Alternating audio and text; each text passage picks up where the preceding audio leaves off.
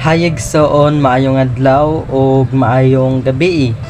Another day and great opportunity to share the word of the Lord sa imuha karon, and gusto ti ka encourage pinaagi sa pulong sa Ginoo, no, despite sa imong mga naagian nga mga temptation or struggle sa kinabuhi, but God is faithful to encourage us, no, pinaagi sa iyang pagkamaayo sa atong kinabuhi o pinaagi sa tanang butang nung iyang ginagamit sa ato para ma-lift up ta ug dili ta ma-discourage sa atong life.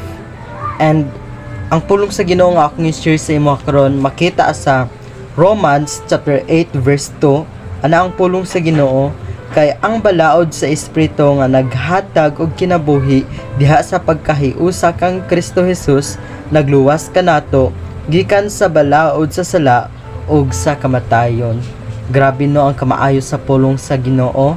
Ang passages nini nagahisgot about sa ang kinabuhi nga minanduan sa espiritu. Ibig sabihin ang atong life nung ginalid sa espirituhanon. And sa verse 2 no ginahisgot niya about sa kanang life nato nung nabilong kang Jesus, about sa kanang believer nga nagkinabuhi sila naapa sa kanang kasalanan, unlike sa kanang believer nung nagkinabuhi diha kang Kristo.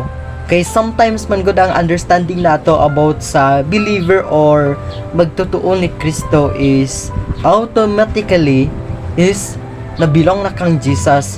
But big no, it because some of believer is nanginabuhi pa sila na apa sa kanang sinfulness, or in short naapa sila sa kanang kangilad nga kasalanan, no. Mao na kanang mga example, unlike no sa believer nga nagkinabuhi diha na jud kang Kristo Jesus. And sa verse 2 ginaingon jud niya nga kay ang balaod sa espiritu naghatag og kinabuhi diha sa pagkahiusa kang Kristo Jesus nagluwas kanato gikan sa balaod sa sala ug sa kamatayon, no. Ana siya nga ang kanang balaod bitaw sa espiritu no nga naghatag og kinabuhi, which is the leading of spirit no nga nagkinabuhi diha kang Kristo, which is in our life. If we believer, no, dili pwede nga mabilong pa ta sa sala, but we focus nga ang atong pagtuo is subay jud diha sa Ginoo. It because through Him, no, bayad na niya ang atong mga kasalanan nga nabuhat before.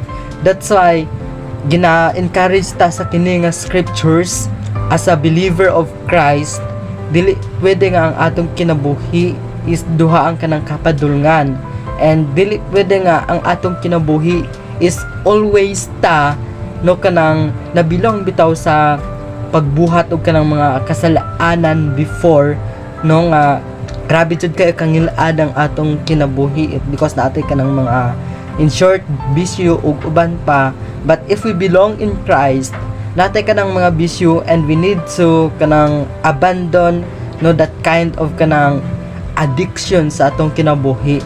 It because gibag-o and ginausab na ta ni Kristo.